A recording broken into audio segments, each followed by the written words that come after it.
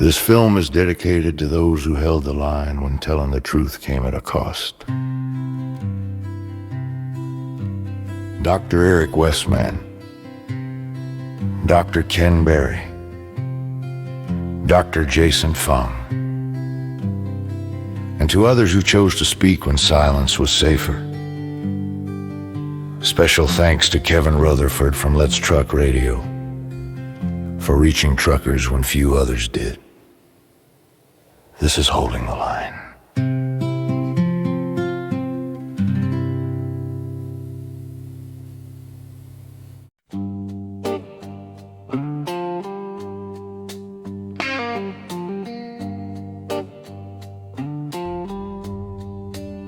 There was no starting gun, no crowd in the stands, no spotlight. Just a few voices speaking up when nobody was listening. I was rolling coast to coast, miles stacked on miles, hands on the wheel, trying to make sense of what didn't add up. This was before the noise, before the labels, before the fight had a name. Back when the answers were buried, back when the signal was low, doctors, professors, scientists started calling what they saw. They weren't selling miracles, they weren't selling fear. They were reading the numbers, calling the race straight, even when it cost them credibility, even when it cost them platforms, even when it cost them friends. And I was listening. Books on the passenger seat, highlighters and dog-eared pages, late night placards cutting through static, truth slipping through when the gates weren't fully closed.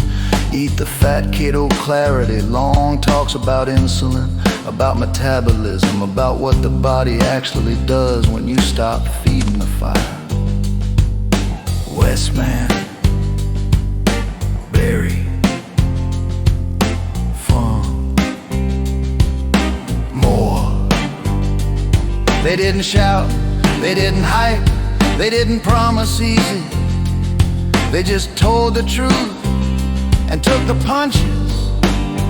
We were holding the line, mile after mile, holding the line when it wasn't in style, holding the line while the world pushed back, holding the line, and we didn't crack.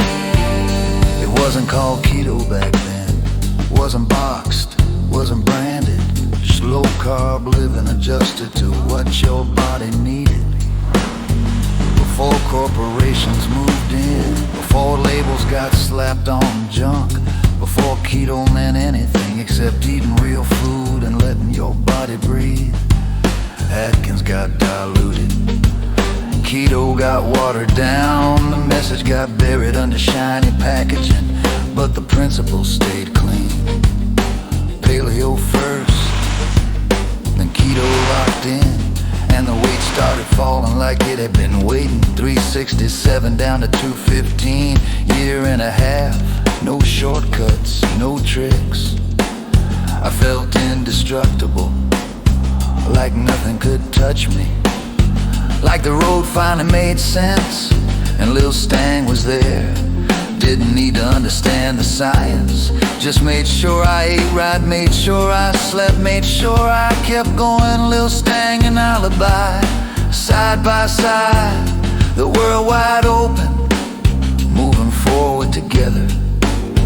We were holding the line, mile after mile, holding the line when it wasn't in style, holding the line with the truth in our hands, holding the line, and we could finally stand. This wasn't luck, this wasn't magic, This was groundwork laid by people who dared to speak. When speaking came with consequences, they called the race as it was, not as it was supposed to be. They didn't move the finish line, they didn't sell false hope, they held their ground. I was driving through states, through seasons, through years. The miles added up, the answers stacked, and for a while it felt like the fight was over, like we'd won. But here's the truth, they don't tell you. Holding the line isn't a sprint, it's endurance. And just because you're moving forward doesn't mean the road won't change.